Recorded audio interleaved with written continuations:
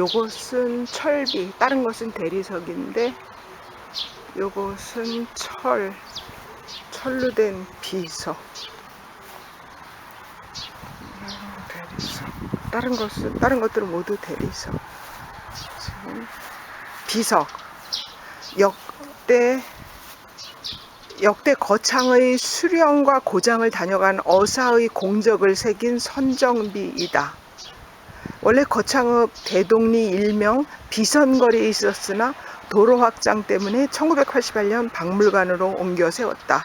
철비 3기는 보기 드문 희귀한 자료이며 각 비석 머리에 새겨진 용 문양이 특이하고 다채롭게 잘 표현되었다.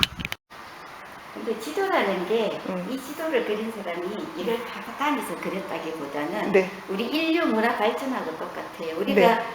전기를 어느 사람이 지금까지 연구를 하고 요만큼 해놓은 상태에서 또 연구하고 이렇게 발달하듯이 그쵸. 지도도 마찬가지죠. 그쵸. 처음부터 다 밟을 필요는 없죠. 그렇죠. 예, 모든 분야가 그렇죠. 그러니까 지금 질문이 제가 되게 그래. 대답하기가 힘든 질문을 하셔서 그래요. 제가 네. 그래서 자기가 의문점이 나는 곳에는 가봤을 수도 있고 기존의 선배들 저에서 내려오는 것을 보고 그렸을 수도 있고 그것까지는 그래서 제가 명쾌한 대답을 못 드립니다. 그래요, 맞아. 그 정도로 해야죠. 예. 그래서 제가 여기서 이제 질문을 드리고 싶은 거는 요즘 지도하고는 다르다는 거죠.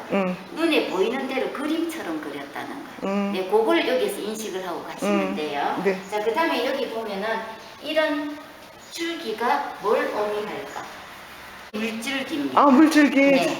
그래, 뭐라. 이게 물줄기예요. 네. 그래서 여기가 읍치라고 되어 있는 여기가 거창읍이라고 아, 읍치. 지금도 거창읍 앞에 물줄기가 흐르고 네. 이쪽에서 또 한강이 저 한강이고 요거는 위천이야. 네, 이거는 그쵸? 위천에서 흐를 때는 위천, 예. 마리 앞에서 흐를 때는 마리천. 네?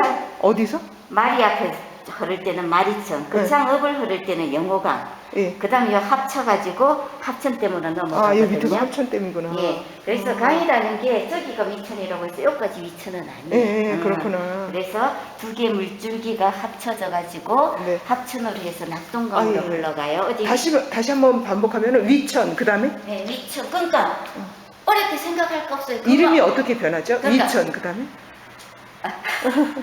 참, 아, 그래, 말 끊지 말고 들어주세요. 예. 자, 그 마을 앞을 지나가면 그 마을천이 돼요. 그쵸. 위천은 그 동네 면이 위천면이. 그쵸. 그러니까 위천면. 그쵸. 위천. 예. 그 다음에 마리면을 지나가면요. 마리면. 마리천. 그렇죠. 예, 그거예요. 그다음에? 이렇게 기억할 필요가 없어요. 근데 그 마을 이름은 내가 모르니까. 그러니까. 타 지역 사람이니까. 그러니까 기억할 필요도 없어요. 어차피 그래. 지도를 보고 그 마을 이름을 보면은 그 마을 적으니까 어쨌든 네. 강이라는 거는 그렇다. 예. 맨 지금 위에서- 현재 수송대가 어디 있어요? 맨 위에서 어떤 강이었다고 해서 그게 밑에까지 쭉 그 강은 아니다라는 거. 응. 자, 수성대는 여기 네. 있어요. 아, 거기가 위천이잖아요. 여기 있습니다. 거창읍이니까 거창읍은 옛날부터 영호강이라고 그랬어요. 영호강? 예, 그 그거 왜 다음에 영호강이라는 거지? 그까지는 저도 모르겠어요. 아, 네. 예. 아, 저는 이상한데 의문이 많아가지고. 그러네요. 별로 중점을 안 두셔도 될걸 어물을 저는 가지고. 호기심이 많아요. 네. 그리고 저기 보니까 사선 저쪽에 보니까 덕유산이 있네. 네네. 덕유산이 이거 여러 지역의 경계선이잖아. 네네. 이렇게 덕유산이 아주 높아. 덕유산이. 여기가 김천, 그치요. 성주, 우리 아래쪽에는 또 거창 이렇게 연결돼 그쵸. 있어요. 김천, 성주, 거창. 예, 그쵸. 예. 경계야, 네, 덕유산이. 맞아요. 예. 그래서 거창의 물줄기는 덕유산에서 시작돼가지고 내려온다고 생각하면 돼요. 그쵸. 여기, 여기서 물이 엄청 이쪽에서 맑던데. 최고로 맑아요. 당연하죠. 그쵸. 그 다른 창이- 데를 거치지 않으니까. 거창이 예. 땅 자체가 해발 200이에요. 응. 근데 거기에서 제일 좀 높은- 높다는 얘기인가? 그럼 다른 지역보다? 높죠. 어. 높죠. 거기에다가 위천 이쪽은 좀 거창보다 한 100m, 100 정도 더 높다고 높다. 그래요. 거기에다 또 산이잖아요. 예. 그러면은 거창에서 흘러나가는 땅 저기 물은 물은 산에서만 내려오는 물. 그렇죠. 그러니까 그렇게 맑구나. 저기 막 낚시도 하고 막 고기도 잡고 그러더라고요. 그죠? 위천에서. 예, 다른 거 네. 생각하실 필요가 없어요. 그래서 거창에 흐르는 땅 물은 하늘에서만 보시면 돼요. 나 거창에 산책하다가 군수님 만났어. 예. 산책하시더라고 새벽에. 어, 그저께 그래서 거창의 물은 하늘에서만 받는다. 그래서 당연히 깨끗할 수밖에 없지요. 그렇구나. 예를 들어 사천은 우리가 흘러준 물과 네. 합천 자체의 산들기에서 나온 것하고 합쳐지는 거죠. 예, 여기가 합천. 요 밑에 여기. 예. 그런데- 합천 해인상가 그 정도쯤 돼요. 그런데 거창은 하늘에서밖에 흘러나온 물이 거창 곳곳에 물과 또 합쳐져 가는 거니까 우리가 깨끗할 그래서 수밖에. 이렇게 깨끗하구나, 네? 거창물이. 예, 그냥 깨끗해요가 아니라 그러고 또 뒤로요. 네. 자, 이쪽이 서쪽이고 네. 이쪽이 동쪽이에요. 그쵸. 그럼 아침에 해가 여기서 딱 뜨면 햇살이 이쪽을 비추겠죠. 네. 그러면은 여기에서 흐르는 물은 아침부터 햇살을 이렇게 받고 흘러 서쪽으로 흘러간다가 해가 저녁 되면 서쪽에 있고 요걸 동쪽으로 비추겠죠. 네. 그러면 요 흘러가는 물은 종일 뭘 받아요? 햇살을 받죠. 예. 예, 우리가 햇살이 뭐 타고 미용이 어쩌고 저쩌고 하지만 해가 없으면 우리 못 살아요, 그죠? 네. 그래서 흘러가면서 이 물이 스스로 음. 영양 공급이 되고 자정작용이 되고 굉장히 깨끗해져요. 네. 비단 여기가 깨끗한 물이지만 더러웠던 물이라고 치더라도 네. 그래서 그러네. 서출 동류는 그래서 명당수라고. 뭐라고 그랬죠? 서쪽에서 흘러가지고 동쪽으로 흘러간다. 서출동류. 서출동류. 서출동류. 우리나라 땅덩어리 생각해 볼까요? 땅덩어리가 어디가 높아요?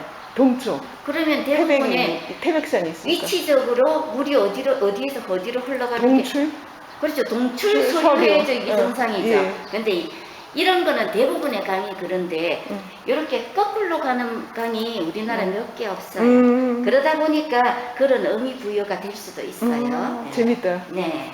자, 야, 이렇게 의미를 부여하시니까. 영주를 하고 있어도 사계절 식량이 해결됐다. 신석기 때부터 집단 생활을 했고, 그럼 그때부터 농사를 지었나요? 아니잖아. 농사 지은 건 신석기가 아니잖아. 우리나라 역사가요. 응. 사람들이 지금 잘못 전부 얘기하셔서 다시 말씀드릴게요. 몰라서 그렇지. 예, 우리나라 역사가 사람들이 집단 생활을 하면서 모여 살았던 게 청동기 시대라고 생각하시면 돼요. 그런데 그쵸. 신석기 말에서 청동기. 그래서 아까 제가 신석기 청동기 말을 그만을 했는데 청동기에 중점을 두시면 돼요. 그럼 그 이전에는 어떻게 했느냐? 먹을 것을 찾아서 계절별로 옮겨다니면서 그쵸. 그런데 그 이전에 그 시대에 구석기 시대 때 이 산에서 열매를 따먹고 없어지면 저 저 산으로 산으로. 가고 없으면은 개울에 가서 고기 잡아먹고 아니면은 사냥하고 옮겼어야 되는데 옮기지 않고 지자리에 이렇게 정착하면서 살았다는 것은 옮기지 않아도 먹을 것이 예. 풍부했다는 얘기가 예. 되죠. 그러니까 농사를 지은 건가요? 아니요? 그럼 어떻게 했죠? 그 다음에 제가 얘기를 할 거예요. 네. 네, 좀 들어주시면. 그러니까 왜냐면 일방적으로 계속 듣기만 하는 게 아니라 50%씩 해야지. 저 근데 그 다음에 바로 말씀드리려고 하는데 계속 얘기. 그러니까 반반씩 이야기를 하는 게 좋죠. 왜냐면은 일방적으로 계속 얘기를 하면 저는 졸을 것 같거든요. 서서 졸을 것 같아요. 그리고 기억도 안 날 거고. 그래서 이제 왜냐면 우리가 이제 교육 방식이 바뀌어야 되니까 우리나라도. 네, 근데 이제 제가 설명할 때는 좀 들어주셨으면 좋겠어요. 그러니까 질문을 계속 하면서 반반씩 하면 네, 좋죠. 질문을 드릴 거예요. 예. 예. 아니 제가 반반씩 계속 물어나가면 좋죠. 왜냐면 우리나라도 교육 방식이 바뀌어야 되니까 미국처럼. 네. 그래 수렵 생활하고 옮겨 다니는 시절부터 거창은 집단 유적지가 있었다는 거예요. 네. 예. 집단 유적지가 있다는 것은 이 지역이 옮겨 다녀도 될 만큼 네. 먹고 살기가 좋았다는 거. 근데 아까 여기서 그러면 농사를 한 거가 아니죠. 그러면 뭐죠? 네. 아까도 말씀하신 것 같은데 네. 그걸 기억이 안 나요. 그래. 그럼 왜 그랬던 거죠? 그러니까 먹을 것이 없으면은 이렇게 네. 정착하지 않고 여기 갔다가 이렇게 갔다가 해야 되는데 여기 딱 모여 살아도 1년 내내 네. 여기에서 먹을 거리가 해결이 된 거예요. 그럼 많이 산출이 됐던 얘기인가? 그러니까 그때는 벼농사를 지을 때가 농사 지을 때가 아니에요. 근데 어떻게 해서 사계절 먹을 것이 풍부했다는 거죠, 주변에. 자연적으로? 네. 예, 알겠습니다. 그거 알고 싶었고요. 그러니까 영어로는 돌멩이죠. 고인돌 그거 밑에 무덤이 있다라고 그러는데 맞습니다. 이게 다른 해설사님 저기서 그러더라고. 어디였었지? 창녕군, 창녕박물관에서 그분이 그러더라고요. 이제는 제가 성량을 파악했으니까 맞춰서 해드릴게요. 이제는 제가 그냥 저를 적을게요. 그 돌 밑에 무덤이 있대요. 네네. 네. 그러면은 네. 이 고인돌이 돌무덤인데 네. 고인돌 형식은 다 똑같은 거 한 가지만 있을까요? 여러 가지가 있을까요? 이러면 일부러 선생 출신이라서 알죠? 답이 뭔지. 뭐 어렵죠 그런 거 그렇게 하면은? 예, 알죠. 우리가 이렇게 질문할 때는 저 지금- 한 가지만 있을까요? 여러 가지가 있을까요? 그럼 여러 가지. 그렇죠. 그럼 안 그래? 되는데. 왜 그래요? 답은 이미 아는 건데 아니, 그렇게 그러니까. 하면 안 되는데. 그래서 네. 여러 가지라는 거는 요 밑에 요걸 보고 여러 가지라고 하거든요. 요거는 밑에 다리가 있지요. 네. 요런 거는 그냥 개어놓은 응. 그냥 조그마한 그 다리라기보다는 뭐 개어놓은 돌 하나 정도 네. 있고 요런 거는요 아예 없지요. 네. 예, 이렇게 형식이 고인돌이라도 형식이 이렇게 여러 가지가 있다. 네. 자, 그래서 일반적으로 이런 탁상식, 안전다리 이렇게 하는데 네. 그거보다도 요거는 북쪽에서 많이 나타내고 북방식, 요거는 남쪽에서 많이 나타나고 남방식. 그래. 이거 역사책에 나오는 거야 이거. 그때는 몰랐는데 지금 설명해 주시니까 알겠네. 네. 제가 이제 좀 파악했어요. 네. 자, 그러면은 이 고인돌은 선사시대 무덤이에요. 그래요. 선사시대 무덤이기 때문에 이 안에 누가 묻혔는지 그런 것까지는 모르지만 그 당시에도 모든 사람 무덤을 고인돌로 만들지는 안 왔다. 않았죠. 이게 큰 대공사니까. 네. 그래서 그 지역 계급자, 힘 있는 사람들의 무덤이었겠죠. 그러니까 대공사라고 말씀하시는 게 저걸 옮기기는 게 그렇죠. 대공사다. 아니 이거 옮기고 무덤을 만드는 것 자체가. 그렇죠. 그렇죠. 예. 혹시 그러면은 이렇게 요거는 지금 다리가 짧기는 한데 네. 이게 다리가 이거보다 이만큼 긴 것도 있어요. 그렇죠. 예, 그런데 요 위에 바위가 네. 실제로 보면 어마어마하게 큰 거거든요. 예.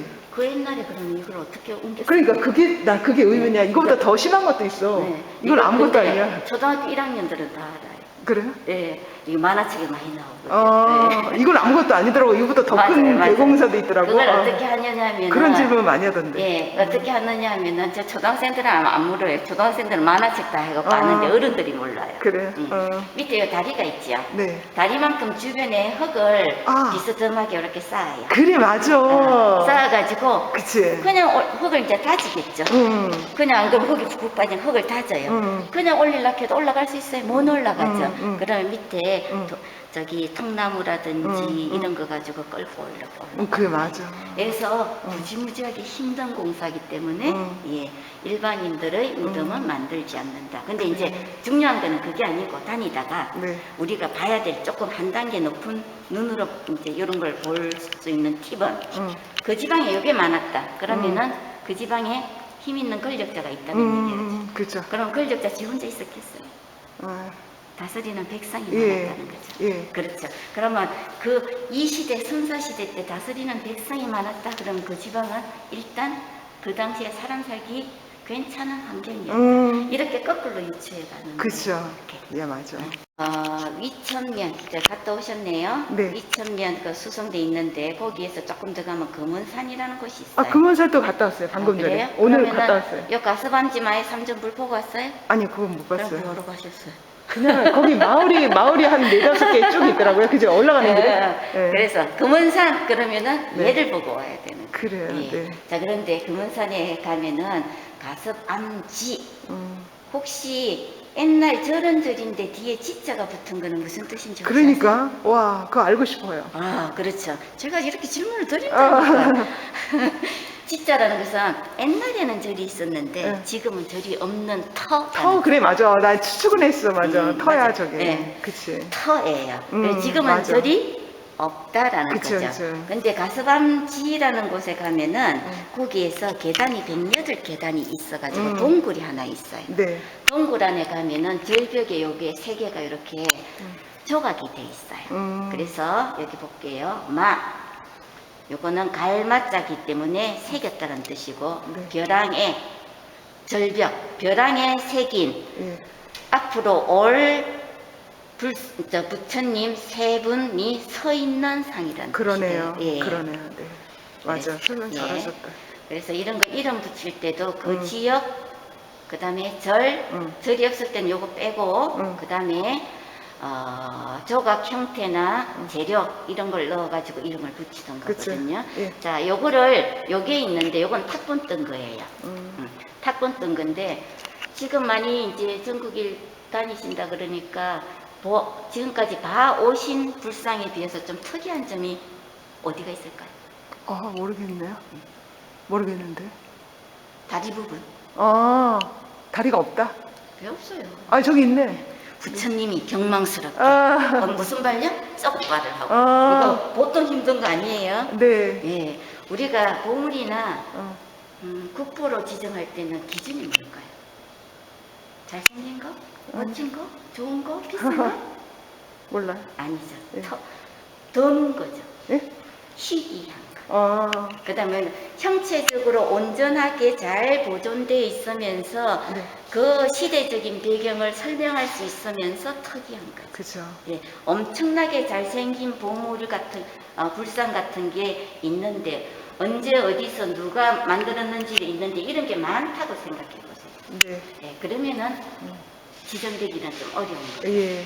근데 희귀하면서 대표할 수 있는 거, 그 시대를. 예, 대표까지는 아니에요. 대표는 아니에요. 대표는 아닌데 그 보물의 그 유물에 대해서 정확한 설명이 되고, 예, 그 다음에 보존 상태가 좋고, 그 다음에 흔치 않은 그 종류가 좋겠죠. 그게 100개, 1000개, 10,000개 널브러져 있으면은 여기도 있고 저기도 있고 저기도 있고 그렇게 네. 되는 거죠. 네. 자, 여기는 희귀한 게 뭐가 희귀하겠어요? 그 다리가 양쪽으로 벌어졌다. 발끝이. 쩍발. 네. 우리나라에 2개밖에 없어요. 네. 예, 그래서 요거는 지금 이걸 쩍발이라고 해요? 아니요, 내 마음대로 붙였죠. 아, 네. 우리 한국에서 네. 저기 쩍발 동영상 그러면서 유튜브에서 잘 올라오는 게 아, 쩍발이라고 그러는 거예요. 예, 다리를 쫙 속어로 짝발? 쩍쩍 아, 쩍 벌렸다. 쌍지읒 밑에 받침 네네. 기역. 마스크라서 잘 발음이 안 들려서. 그래서 우리 지금 그 지하철 같은데 남자가 이렇게 앉아갖고 옆에 사람 방향으로 사진 찍어가지고 그거 올리면 사람들 욕하고 하잖아요. 예. 그래서 제가 그냥 쩍발이라고 하는 거예요. 예. 그래서 가운데에 부처님이 있고, 자, 여기에서 왼쪽은 여길까요? 여길까요? 왼쪽이요? 왼쪽. 예. 이거 반대잖아요. 예. 예. 임금님하고 부처님은 네. 내 기준이 아니라 임금님하고 부처님 기준이니까 예. 왼쪽, 예. 오른쪽이 그쵸. 되겠죠. 그래서 여기에 반대잖아요. 이 사람 기준이니까. 예, 이 사람 기준. 예. 그래서 왼쪽에 관세음 보살, 오른쪽에 대세지 보살이에요. 아, 자, 그럼 그걸 어떻게 하느냐? 요 조각이 돼 있는데 옆에 보면은 이렇게 글귀가 새겨져 있어요. 네. 글귀가 새겨져 있는데 중간중간에 없어진 게 굉장히 많지요. 네. 많지만은 그 중에서 남은 것 갖고 해석을 한번 해보자니 이런 해석이 나왔어요. 네. 고려 국왕이 돌아가신 어머님의 극락왕생을 빌기 위해서 요때 세웠다. 이게 그래서 목적과 세운 연도가 정확하게 나타나요. 네. 이게 굉장히 중요한 와, 거예요. 1111년? 예. 지금으로부터 약 1000년 전이네? 네. 어, 그러니까 여기에서 부처님은 무슨 부처님이고 보살님은 어떤 보살님인지를 우리가 알기 위한 이렇게 단서가 있고요. 극락왕생. 예. 이거는 사람이 죽으면은 가는 곳이 극락세계인데 예. 지금도 극락왕생을 빌어요, 죽으면. 네, 그렇죠. 그래서 우리가 부처님은 몇 분이 계실 것 같아요? 뭐, 여러 사람? 아니면 세 분? 예, 5분이 계세요. 아, 그래요? 예, 그 중에서 우리 석가모니 부처님은 실제로 사람이 부처가 된 경우에 석가모니 부처님 한 분밖에 없고. 네. 방금 전에 설명한 것 중에서 지장보살이 죽은 사람을 건져 올리는 거. 그 다음에 지장보살이. 자, 죽은 사람이 생전에 살아서 좋은 일을 했으면 극락세계를 갔겠죠. 예. 나쁜 일을 했으면 네. 지옥에 떨어졌겠죠. 자, 그런데 전쟁 중에 사람들이 이유 없이 전쟁 중에 무고한 많은 인명이 희생됐겠죠. 그런데 사람들이 그 이전에 아까 지장보살이 뭐 하는 사람이라 그랬죠? 그 다음에 관세음보살도. 네, 지금 말씀드릴게요. 그 얘기를 하려고 하니까 좀 앞에 또 다른 얘기를 좀 해드려요. 그냥 간단하게 하면 돼요. 그래서. 왜냐면 그냥 상기하는 거야. 네. 지장보살은 죽은 사람이 아니고 죽은 사람은 극락세계와 지옥으로 가죠. 예.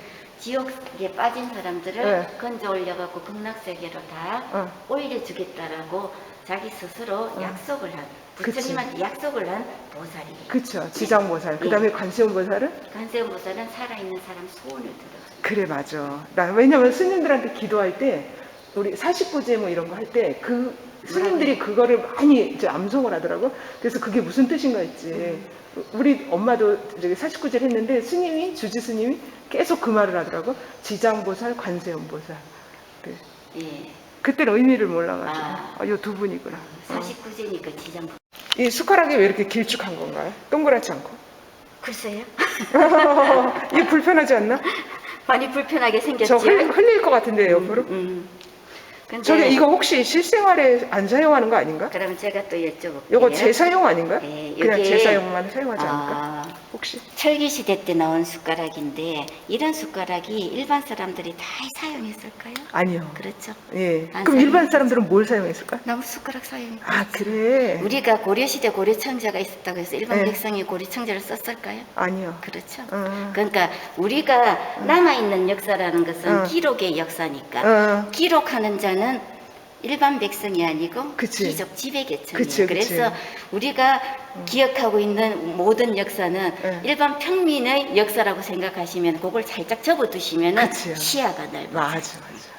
그렇구나. 이것도 그런 관점에서 예, 그래서 추측해보면 돼. 그래서 실제로 응. 귀족이 사용했을 수도 있겠지만 공양 도구일 수도 있는 그치요. 거예요. 그쵸. 맞아. 이건 평민이 사용하지 않았을 것 같아. 이거요? 응. 이거가 저기 고분이라고 돼 있네? 응. 그러면 여기 저기네 관 아니야? 맞아요. 무덤. 아, 자, 어제도 내가 고분에 대한 투어를 했는데 고분이라는 것은 옛날 무덤인데 모든 옛날 무덤이 고분 아니에요. 고인들은 역사 이전이기 때문에 예. 거기에 새겨지지가 않았네. 무슨 글씨가. 글씨가 새겨지지 않았고 그 대신 무슨 표시. 어떻게 표시해? 뭐 어떤 거는 뭐 화살 표시가 있거나 그 다음에 아, 기호. 기호라든지 안 그러면 동물 모양이라든지 모양. 뭐 사냥하는 그림이라든지 글자가 없기 그렇지. 때문에. 예. 그거는 본능이니까. 그쵸. 그래서 고분이라는 거는 학술적, 역사적 가치가 있는 거기 때문에 고분이 나왔다 그러면은 이미 계급 사회가 됐다고 생각해요. 그렇죠. 예, 물론 저쪽에도 계급 사회지만은 예. 그리고 또 역사 시대가 되었다. 예. 그러니까 글자가 나왔다. 그래. 그다음에 국가가 발생했구나. 국가. 그리고 옆에 그림이 있어요. 예. 와, 예. 신기하다.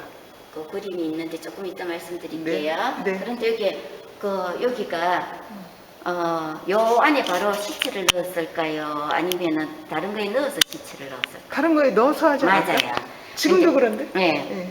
그러니까 요거는 그런데 이게 돌로 그러면은 방을 만들었어요. 네. 돌로 방을 만드는 거 요거를 네. 우리 용어로 이제 돌석자 해갖고 석광묘라고 그쵸. 해요. 석으로 상자를 만들어 가지고 그 안에 나무관을 넣었어요. 예, 석관묘. 곽. 석광묘. 예. 예.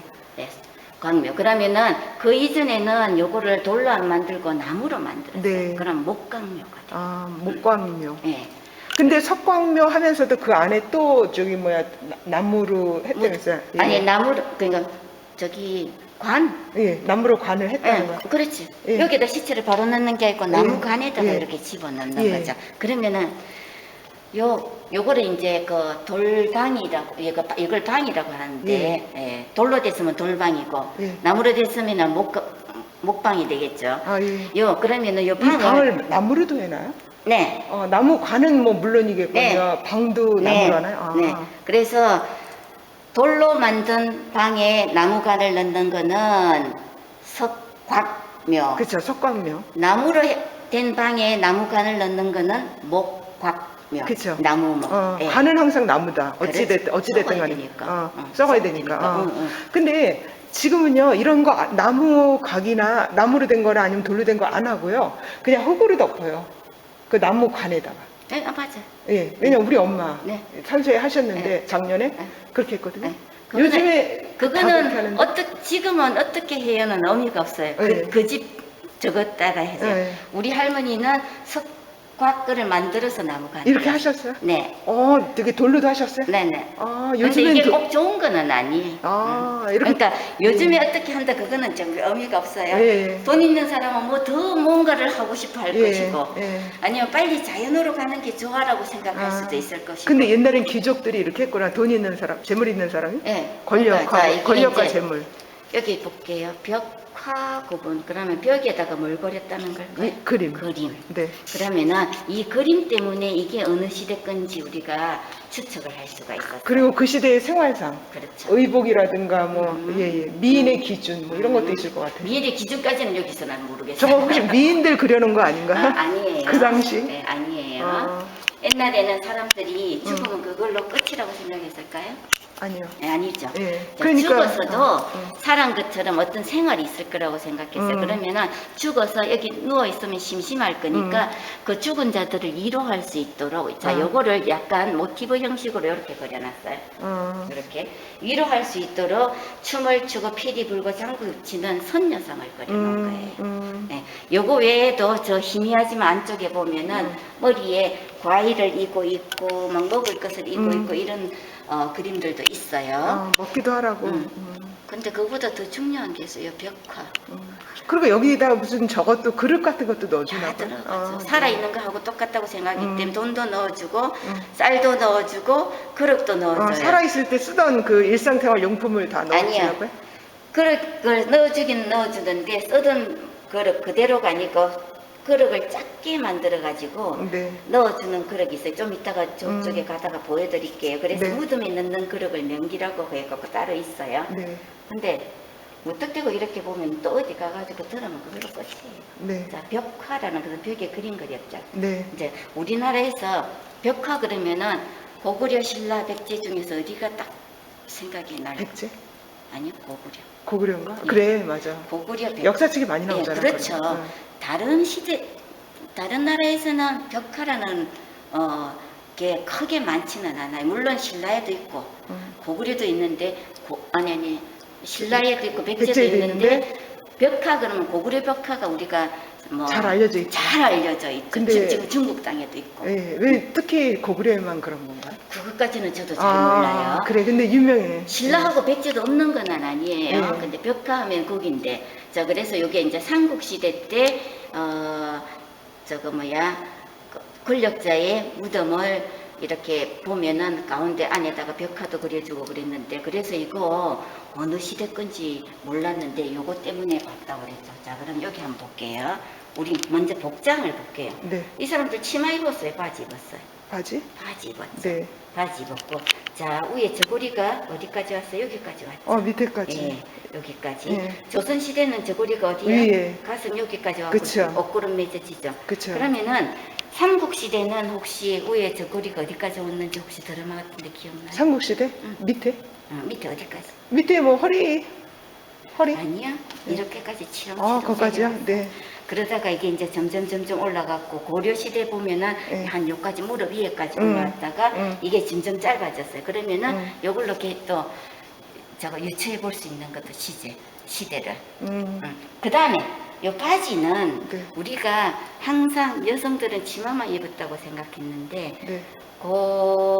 삼국시대 때 신라에 화랑제도 이전에 원화제도라는 게 있었거든요. 예.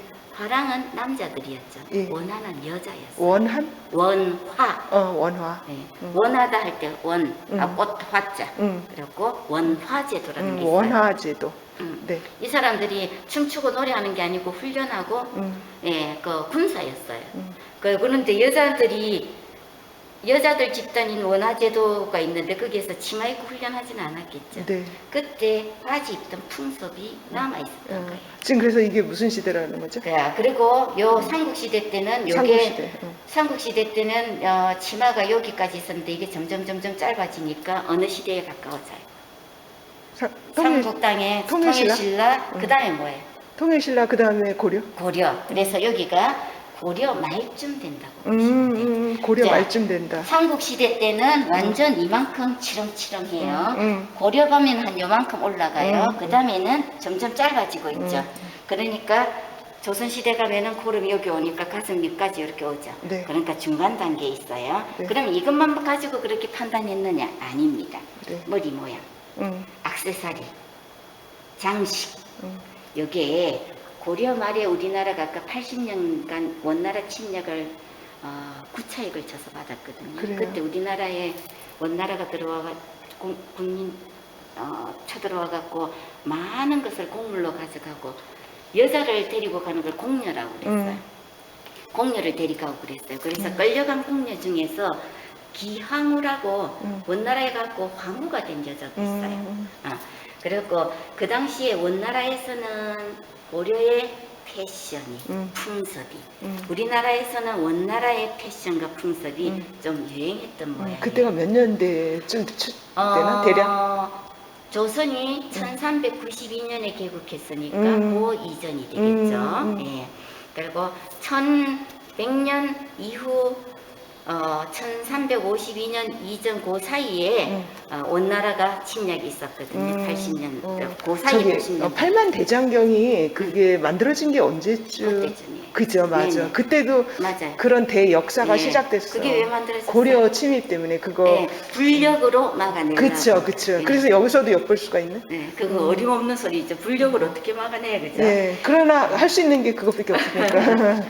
자, 그래서 이러한 것들 때문에 이러한 것들 때문에 그 다음에 원나라의 고분벽화를 어디 뜯어봤더니 그 시기에 이런 복장의 벽화가 나온 거예요. 그래서 동시대라고 이렇게 느낀 거죠. 그래서 추적하건대 이게 고려말 원나라 침략을 받은 그 시점이거나 그 이후다라고 추정을 하는 거예요. 그쵸. 그래서 이거는 굉장히 드문 고려시대 고분벽화예요. 고려시대 고분벽화는 없다고 보시면 돼요. 없어요. 없죠. 여기는 집이나 산이 없어요. 그렇죠. 네. 바로 그거예요. 그걸 봐야 되는 거예요. 대동여지도는. 예. 자, 요거는 우리가 집이나 산이 없다. 네. 왜 그러죠? 그게 아니에요. 네. 이거는 현재 우리가 보고 있는 지도하고 비슷하게 생겼죠. 네. 네. 이게 최초 서양 기법 지도예요. 네. 최초 서양 기법으로 만든 지도. 그래요. 그러면 옛날 저거는 우리나라 고지도. 자, 우리나라 고지도는 지도를 눈에 보이는 대로 그림처럼 그렸어요. 네. 서양 기법은 지금 우리가 보는 지도책처럼 그렸어요. 네. 자, 그 차이예요. 그것만 기억하시면 돼요. 그래서 이 지도 이전의 지도를 저기다 깔아놓은 거예요. 네. 자, 그러면 맨 위에 좀 우선 펴시 볼까요? 네. 여기가 어딜까요? 이거 산맥인가요? 산맥인데 여기는 무슨 산일까요? 거기 백두산이겠죠? 그렇죠. 백두산이에요. 백두산. 제일 높으니까. 자, 그럼 백두산에서 쭉 내려와 볼게요. 네. 이렇게 와서 이쪽에서 환경도 쪽으로 하나 빠져나가고 또 내려와서 이쪽으로 와가지고 여기에서 저기 경상도하고 전라도 경계로 하나 빠져나가고 여기 영남 알프스 하나. 자, 여기 쭉 연결돼 있어가지고 대간이라고 그러는데 무슨 대간요? 백두대간? 그렇죠. 이게 백두대간입니다. 자, 그런데 이 지도를 만들기 전에는 아까 저 바닥에 그림처럼 만들었다고 그쵸. 했어요. 어떻게 만들었냐 하면은 원래 지도를 한 장 놓고 이런 지도를 한 장 놓고 그 옆에 하얀 백지를 놓고 보고 벗겨버렸어요. 혹시 요만한 지도라도 요만한 이렇게 작은 지도라도 한 군데도 틀리지 않게 선이나 줄이나 글자나 옮겨서 벗길 수 있겠어요? 나는 못해요. 이거 벗길 수 있는 사람 정신 이상자라고. 그쵸. 그러다 보니까 옛날에는 네. 엉터리 지도가 많았어요. 그쵸. 그래서 엉터리 지도 때문에 낭패 본 일이 굉장히 많아요. 그쵸. 그러다 보니까 요거 한 장 만드는데 하루 만에 뚝딱 못 만들겠죠. 예. 굉장히 지도가 귀한 거였어요. 예. 그런데 이 지도는 어떻게 만들었나? 어떻게 만들었죠? 도장 있죠? 예. 도장 있죠? 예. 예, 성함이 한번 여쭤봐도 될까요? 아니요. 아니에요? 그러면은 갑순 씨. 예, 정경 김갑순이라고 이름을 딱 새겼어요. 네. 도장 찍어갖고 김갑순인데 예. 천번 찍었을 때 강갑순 안 되지요. 예. 예, 똑같이 김갑순. 예. 그 다음에 금방 찍을 수 있죠. 예. 예, 그래서 정확하게 대량 생산이 가능한 예. 목판본 지도. 예. 최초. 그러니까 이걸 새겼단 말이에요. 나무에다가. 그렇죠, 나무에. 그전에는 근데 이거를 이거를 어떻게 만들었다 그랬지 아까? 그래서 요거는 일일이 보고 그렸던 것을 나무판에 새겨가지고 그러니까 나무판에 새길 때는 어떻게 새겼냔 말이에요? 기존 지도가 있었어요. 맞아. 기존 지도. 그치. 근데 기존 지도를 보고 의심쯤이 그거 나면 모방하거나 아니면 더 탐구하거나 그런 거네. 그렇죠. 그래서 그래. 인류 문명의 발전은 그 방법으로. 그렇죠. 기존의 한 데다 토대에다가 그치. 연구가 더해지는 거지. 그치. 누구나 다 처음부터 시작해 이러면은 그치. 우리가 이런 오늘날 그치, 이런 걸 못 그치, 누리고 그치. 살아요. 예. 문명의 발달사가 예. 그렇구나. 자, 그러면은 이만큼 큰 나무 판티기가 있을까요? 없죠? 없죠. 예. 그럼 여기가 나무 판티기가 22개가 이루어졌어요. 그쵸. 자, 여기 메뉴에서 볼게요. 네. 메뉴, 요거 네모 각진 부분 있죠. 예, 그게 하나네. 요 밑에 요것도 그쵸. 2개. 그렇게. 이렇게 딱딱 3개 이렇게 한 거예요. 직사각형으로. 직사각형. 자, 요거는 작은 거니까 나무 판때기 구하기가 쉬웠을 것 같아요. 그쵸. 자, 요런 것들은 제법 큰 나무가 필요했겠죠. 예. 그러면은 요 큰 나무를 길쭉한 상태로 놔두면은 보관하거나 이동하기가 힘들었을 거예요. 네. 요거를 딱딱 접을 수 있도록 만들었어요. 예. 접으면은 A4 용지, 태양 노트만한 크기로. 그래서 네. 갖고 다니기도 좋고, 예. 이렇게 보관하기도 좋고. 예. 그래서 이런 나무 조각이 위에서부터 쭉 지도로는 21개로 이루어져 있고, 나머지 한 개는 우리 책 뭐 논문 내셨으니까 잘 아시죠? 앞에 보면은 뭐 이거는 이러이러한 연유로 어쩌고 그다음에 목차 이런 거 적는 거 있죠? 그러니까 그런 게 나무 판때기 하나라고 보시면 돼요. 그래서 22개로 이루어졌다. 이게 아까 기존의 거를 갖다가 이렇게 점점 이거 활용해가지고 이거 만들어낸 건데, 그럼 기존의 거는 어떻게 만들었나요? 기존의 것도 자기가 요거 이전에 만들어 놓은 청구도라는 지도가 있었고, 네. 그 지도는 또 그 다른 사람들이 또 이미 만들어 놓은 걸 갖고 또 근데 그럼 최초의 거는 어떻게 지도는 만들었나? 그거는 그 사람이 이렇게 어려운 작업을 어떻게 했나? 최초는 이 시대가 아니고 예. 1000년도 뭐 예. 저 1000몇백 년 전, 한 2000년 가까이 전에 그부터 내려왔겠죠. 예. 예. 그러면 더 이게 점점점 그렇죠. 추가를 한 거라는 그렇죠. 얘기. 그래서 그렇게 어려운 작업은 아니었다. 처음에일지라도. 그래도 뭐 처음에가 그러니까 완성본이 아니었고 점점점 추가해 나갔다. 잠깐만요. 기존 지도라는 게 이 사람은 걸 보고 발전시켰고 발전시켰고 이렇게 나간 거죠. 그래서 고산자 김정호가 대동여 지도를 만들었어요.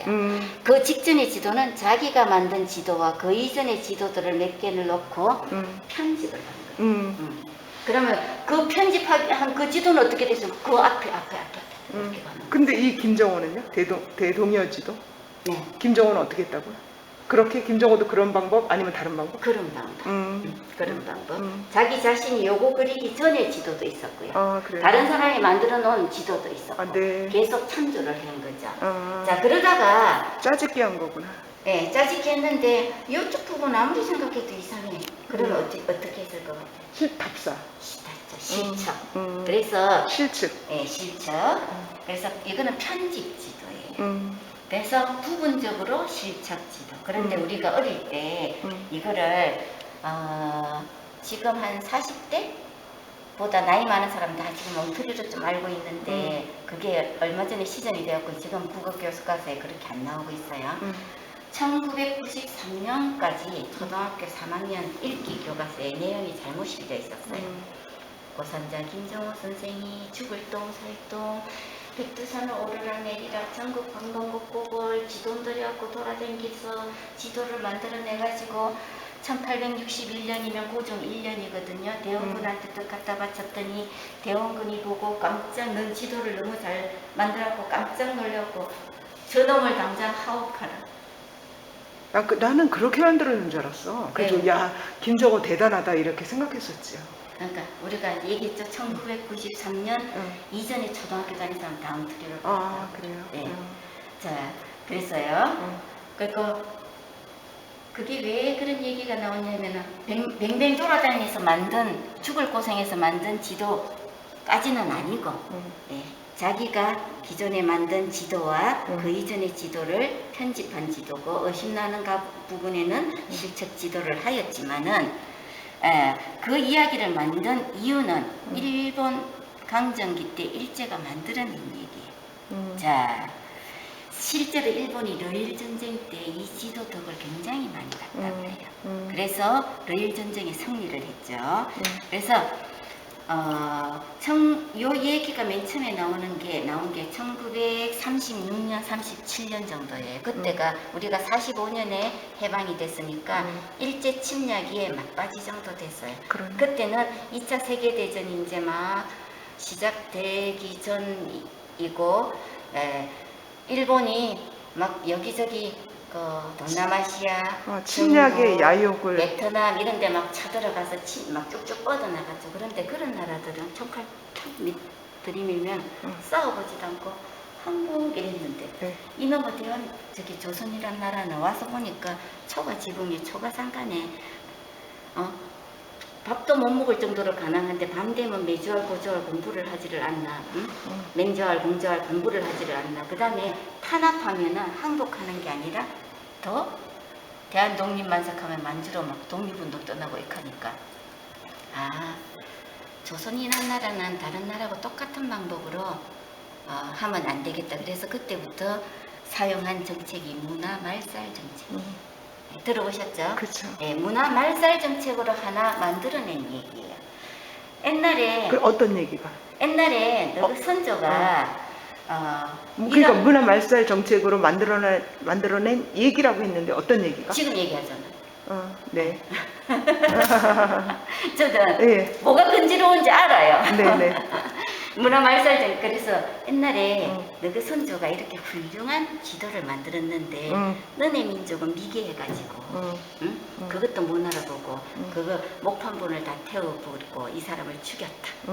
이렇게 한 거예요. 그래서 너희들은 미개하기 때문에 우리의 침략을 받아서 우리의 지배를 받는 게 마땅하다. 이렇게 우리를 세뇌시키고 열등감을 심어주기 위해서 다녀오세요. 심어주기 위해서 만들어낸 이야기였어요. 그런데 이게 이제 그 당시 국어교세 조선어 독본에 실렸던 이야기예요. 네. 그게 이제 쭉 그대로 이제 세월이 지나서 내려다 보니까 그게 기정사실이 되고 1945년 2차 세계대전 끝나고 일본이 저그 나라에 물러가고 났을 때 우리나라에 남은 사학자들의 서성은 누구였을까요?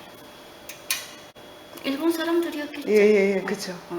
우리나라에 남아있는 우리나라 사학자들의 서성은 일본 사람들이었어요. 네. 그러니까 사학계는 굉장히 보수적이라 가지고 뭐 서성의 논리를 반박하거나 아니다 이렇게 하면 거의 반역자 수준이에요. 지금은 이제 그 1세대가 사라졌기 때문에 많이 자유로워졌는데 누구 하나도 그거를 한 번도 의심 안 하고 그대로 이어서 계속 교육을 했던 거죠.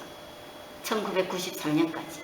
그런데 어느 날 국립중앙박물관에 수장 우리 박물관에 이런 거 있어요 하는 기록표가 있었어요. 그걸 보다 보니까 저 밑에 보니까 대동여지도 목판본이라는 게 있었어요. 그러면 일본 그 사람들이 교과서에 실렸던 그 말이 진짜라 그러면은 목판본이 남아있으면 안 되는 거잖아요. 근데 그걸 다 불태웠다는 건가요? 일본 사람들이 아까? 뭐라 그랬지? 기억이 안 나서. 예.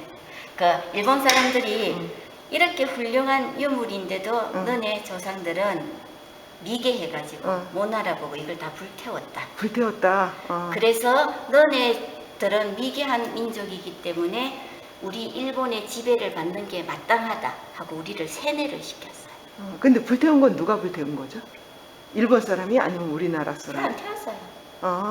불 안 태웠어요. 안 태웠어요? 그렇게 그런 말만 세뇌시켰다. 세뇌를 시켰어요. 그런 사실이 없는데 세뇌를 시켰어요. 그걸 몰랐어. 그래서 그 이후로 1993년까지 누구 하나 저기 서성의 사학관을 그대로 따라서 내려가고 그대로 1993년까지 국어교과서에 실려가지고 교육을 시켜온 거죠. 우리도 그렇게. 그러니까 존재했으리라고는 생각하지 못했었네.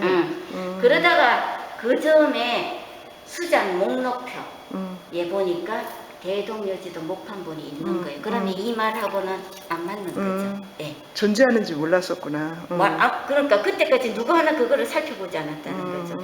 상당히 놀라울 일이고 화날 일이긴 한데 아무튼 그 얘기는 그때 그렇게 만들어진 이야기다. 자, 그 일본 사람들은 끊임없이 우리 예, 문화 말살. 문화 말살을 처음부터 문화 말살 정책을 쓴 거 아니에요. 처음에는 무력으로 했어요. 근데 무력이 먹혀 들어갈 줄 알았는데 무력이 안 먹혀 들어가요. 그렇죠. 그래서 문화 말살 정책으로 가해 흔적이 조사가 발굴이 되면은 자기한테 유리해서 불리해서 분리. 그렇겠죠. 그러니까 가야하고 일본하고 어떤 밀접한 관계가 있는데 분리라는 것은 그 사람들의 분리라는 것은 자기네들이 우위에 있지 않았다는 얘기가 그래요. 되겠죠. 문화적으로. 네, 예. 그래서 누가 봐도 우리는 중국에서 문화가 전래되었고 우리는 또 백제나 가야에서 주로 일본으로 문화가 전래되었는 게 문화 전래 루트가 맞는 건데 이 사람들은 그 당시에 우리를 자기네들이 우리를 지배하는 우리는 식민지니까 그거를 어떻게든 감추거나 왜곡시키거나 없애자고 노력을 한 거죠. 네. 그래서 지금도 가야에 대한 기록은 너무 없어가지고 공부하지도 이쪽에는 이쪽 끝에 가면은 경주가 있을 것이고 이쪽에는 서쪽이 있을 것이죠. 요 아래쪽에 가면은 부산이 있을 것이고 네. 예, 지도가 이렇게 있다고 가정을 해볼게요. 네. 그래서 경주 요 동쪽 요쪽에는 신라였고 그 다음에 진해에서 진해 쪽이나 김해 쪽에서 요 가운데는 가야가 있었고 그 다음에 옆쪽에는 백제가 있었어요. 그런데 어디에서 어디까지라는 거는 단순히 얘기할 수 없어요. 오늘은 요만큼이 가야였다가 내일은 요렇게 가야였다가 모레는 요렇게 가야가 될 수도 있는 거예요. 항상 유기적이니까. 그러니까 생각하기를 백제하고 신라하고 중심 지역에 어떤 가야 집단이 있었다. 때로는 동서로 길게, 때로는 동서와 남북으로도 어느 정도 위치가 있었죠. 그쵸. 네. 일리가 있어요. 네. 그래서 대표적인 가야가 완전한 국가로서 뭉치지를 못했기 때문에 멸망한 게 좀 커요. 세력을 합치지를 못해서 신라하고 백제는 국가로서 세력이 연합이 됐는데 가야는 그냥 연맹체로 끝나버렸어요. 그러니까 거창은 거창, 대가야에 속해 있는 거창가야, 가소가야, 무슨 가야 쪼매쪼매 있으니까 그 이미 나라로 성장한 신라하고 백제한테 우리가 여기 힘이 안 되는 거죠. 그래서 대표적인 가야가 저 김해를 중심으로 한 금강가야. 그 다음에 금강가야. 금관. 금관가야. 그 다음에 고령을 중심으로 하면은 대가야. 대가야. 그래서 어디까지가 대가예요, 금강가예요. 이것도 별로 의미가 없어요. 거기를 중심으로 해서 요렇게 됐다가 요렇게 됐다가 요렇게 됐다가 요런 거 머릿속에 가져주세요. 고령가야도 대가야도 마찬가지예요. 그래서 그러면은 우리 거창 지역은 보면은 사국시대일 때는 가야에 주로 속해 있었겠죠. 거창이 딱 신라와 백제의 중간쯤에 있으니까 가야에 많이 있어요. 그러다가 어느 날 요 지역의 가야가 백제한테 졌어요. 그러면은 백제 땅이 요만큼 됐다가 어느 날 요 지역의 가야가 신라한테 졌어요. 그럼 여기가 신라가 됐다가 다시 싸우고 이겼어요. 그럼 백제가 뭐 이렇게 유동적인 걸 항상 생각을 아까 했어야 돼요. 대체적으로 삼국시대보다 이전에 발생했던 것이 가야라고 그랬나요? 가야고? 가야?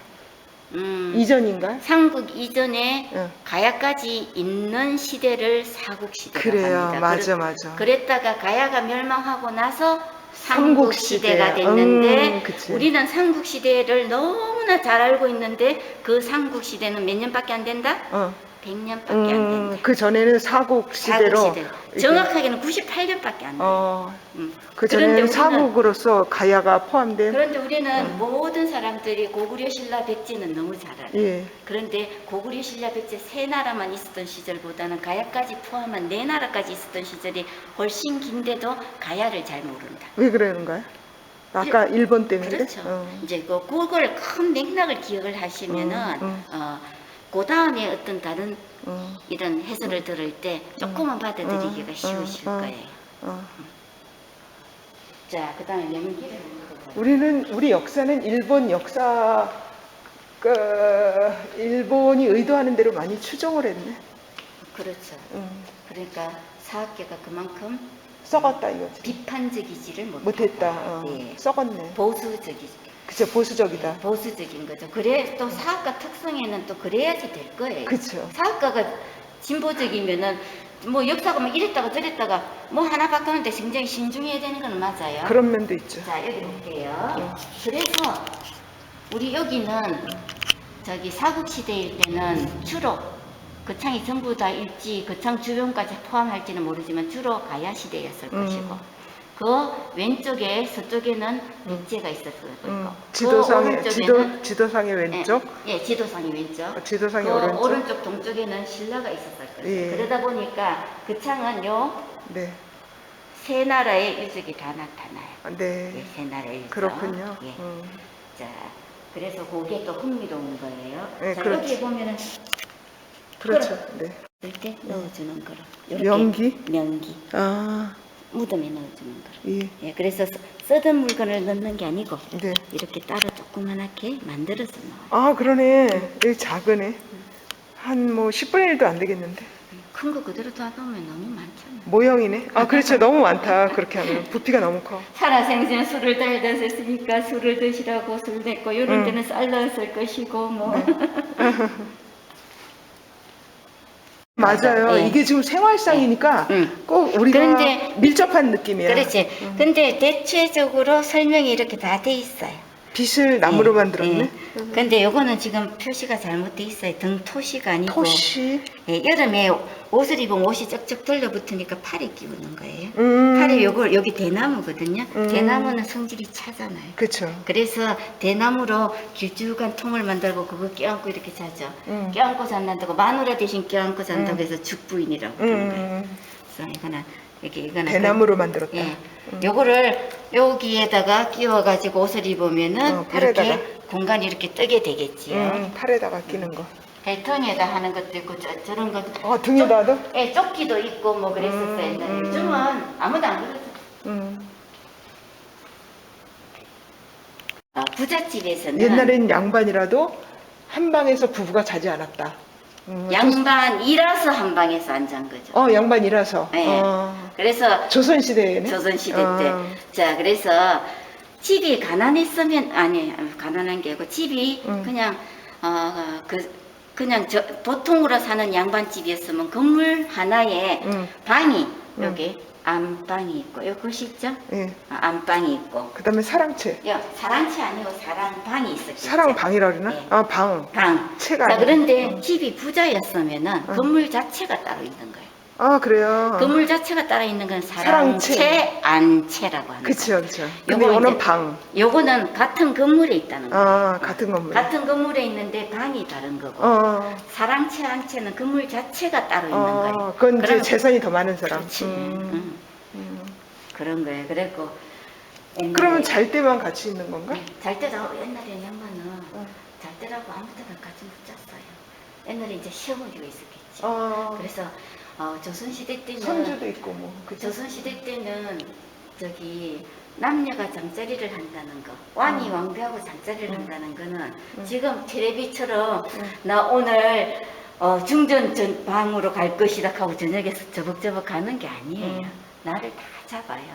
무슨 날은 안 되고 제사 있는 며칠 전은 안 되고 뭐는 안 되고 뭐는 안 되고 이렇게 하면은 정실 왕비하고 합방을 할 날은 거의 없다시피 해요. 그래서 옛날부터 후궁하고는 자식이 잘 생기는데 왕비한테는 자식이 그래서 잘 안 생긴 거죠. 자, 여기 일반 양반들도 마찬가지예요. 결혼을 했어. 신혼이라.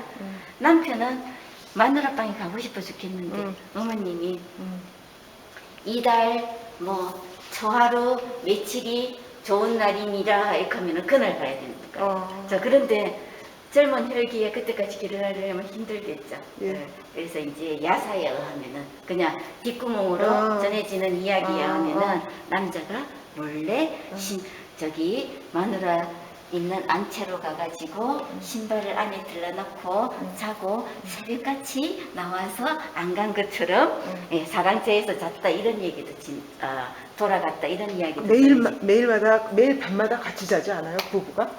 그런 거요? 오. 그럴 것 같으면 안채, 사랑채, 안방, 사랑방이 왜 따로 있어요? 독립 공간이 필요해서. 자기 네, 나만의 너무 세계가 서구적이에요. 있어야 너무- 되니까.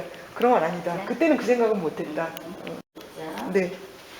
자, 여기는 가치가 있지 않죠? 볼게요. 같이 봐야 되니까. 자, 하나는 금은고고 하나는 가야금이에요. 저 적혀있네, 가야금.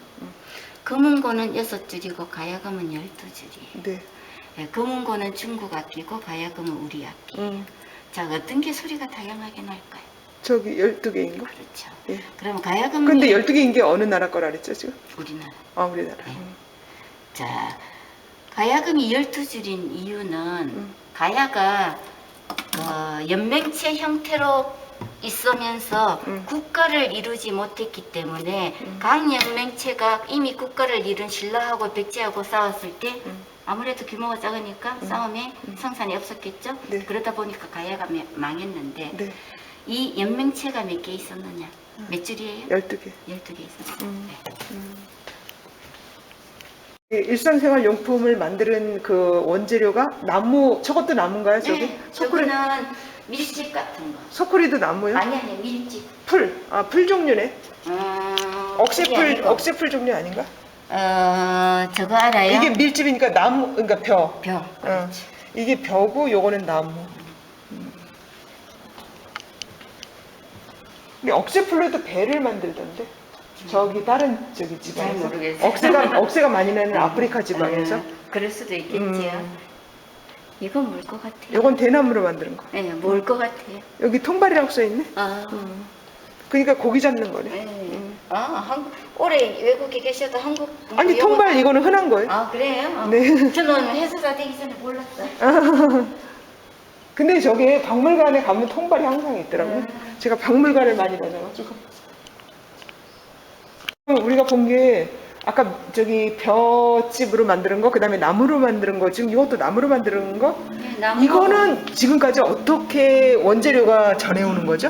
예를 이거는 그냥 들면 최근에 다 썼던 거예요. 최근에 썼던 거. 예, 여기에는 유물이라기보다도 근래까지 다 썼던 생활용품들이에요. 아 그래요. 저기 보면 철기는 저기 아니, 그거 다 철기는 오래된 걸 또 남아올 수 있지만 이거는 나무는 썩는단 말이야. 그죠?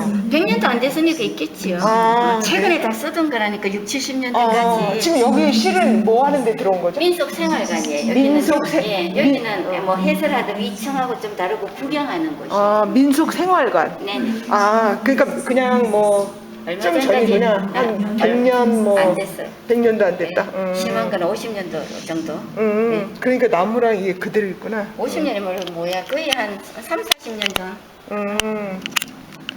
이쪽에는 좀 오래된 것들이. 아 네. 그래서 여기는 애들이 시각적으로 옛날에는 사람들은 이런 거 썼네 하고 보여주는. 아, 예, 물레방아도 있잖아. 네. 아, 네. 자, 여기서 요 하나만 보고 가시면. 네. 이게 이게 이 현판. 무슨 당인데 신당, 충신당, 네, 맞아요. 충신당. 글자 엄청 못 썼죠. 충신이구나. 이게 저기 유교사상이네. 네, 저는 이 글자를 상당히 못 썼다고 생각했는데 이 사람이 조선명필이라고 그러네요. 추사 김정희. 들어봤죠? 예. 추사 김정희가 쓴 충신당이라는 현판. 그거를 찍은 건가요? 이 사람이 글을 이렇게 써주고 가잖아요. 예, 종이에다가 그러면은 종이에다가 써주고 가면 그걸 이제 나무 판때기나 그치. 이런 데다가 붙여서? 내 생각에는 원본 그대로 붙였을까? 아까워서 나 원본 그치, 그대로 못 그치. 붙였을 것 맞아, 같아요. 맞아. 나도 예. 그 생각. 예, 뭐 그거까지는 몰라요. 어떻게 그쵸, 했는지. 그쵸. 그 위에다 뭐 이렇게 다시 그림을 이렇게 뭐 해가 표시를 해갖고 했는지 어쨌는지 그쵸. 모르지만은 어쨌든 그 글자를 놓고 나무 판때기에다가 그 글자를 이렇게 해놓고 그 다음에 나무판을 이렇게 깎아내는 거죠. 그쵸. 글자가 돋아나는 양각 형태고 여기가 그쵸. 깎은 거예요. 그쵸. 그런데 이 충신당 형판이 위천에 동계 정원고택이 있어요. 위천에서 우리 그 창에서 위천에서 볼 게 제일 많거든요. 위천에 수성대 먼저 보고 그 다음에 동계고택 보고 금은산 요 세 가지를 보고 오셨어야 돼요. 근데 그거 이제 수성대만 보고 오셨네요. 자, 위천에 보면 동계고택이라고 있어요. 정원 선생 호가 동계예요. 어디 가면 어디? 그럼 동계라는 거는 이 사람이 무엇을 뜻하려고 한 거지? 자기 집 앞에 흐르는 실개천 이름이 동계예요. 그치. 대고. 옛날 양반들은 자기 호를 소박한 것을 호로 삼는 게 예, 하나의 패러다임이었다고 그래야 되나? 예, 실제로는 그렇게 겸손하지 않은 사람들도 그렇게 막 했어요. 예, 일두적. 예.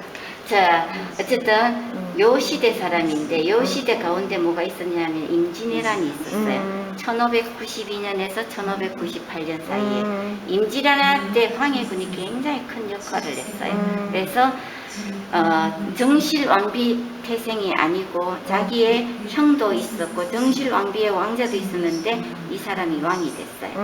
뭐 그 과정이 또 너무 길어서 난 그것까지는 놔두고요. 왕이 되고 나서 정실왕비의 왕자가 어렸고 그 다음에 계비로 들어온 정실왕비가 있었는데 그 어린 이복 동생하고 친형을 기양 보내고 죽이고 그 다음에 옛날에는 왕비의 자리는 국모의 자리이기 때문에 돌아가시면 키워두는 게 아니고 다시 맞아드려야 돼요. 그러니까 그걸 계비라고 하는데 계비를 서궁에 유폐해갖고 죽이려고 했어요. 근데 이때 이제 광해군은 자기가 임진왜란 때 엄청난 공을 세워갖고 왕이 됐고 젊고 혈기차고 이러니까 서술이 아주 펄했죠. 그래서 대부분의 신하들은 감히 그 사람이 말하는 거에 대해서 반기를 들거나 아니되옵니다 이 소리 하기가 어려웠는데 그때 동계정원 선생님은 아니되옵니다 이 하다가 미움틀을 받았죠. 그래서 죽이려고 그랬는데 그 시대에 온 나라의 사대부 유생들 이런 사람들이 들고 일어나가지고 죽이지는 못하고 제주도로 기양을 보냈어요. 근데 기양살이 하다가 인조반정이 일어나가지고 1941년에 이때 인조반정이 아니지 인조반정이 일어나가지고 인조반정은 일어나가지고 광해군이 쫓겨나고 인조가 왕이 됐어요. 그랬을 때 동계 선생이 제주도 기양살이에서 풀려났어요. 그래갖고 다시 정계에 진출했는데 동계정원 선생이 제주도에 기양 갔던 그 자리에 주사 김정희 선생이 200년 뒤에 똑같은 장소로 기양을 갔어요. 아, 네.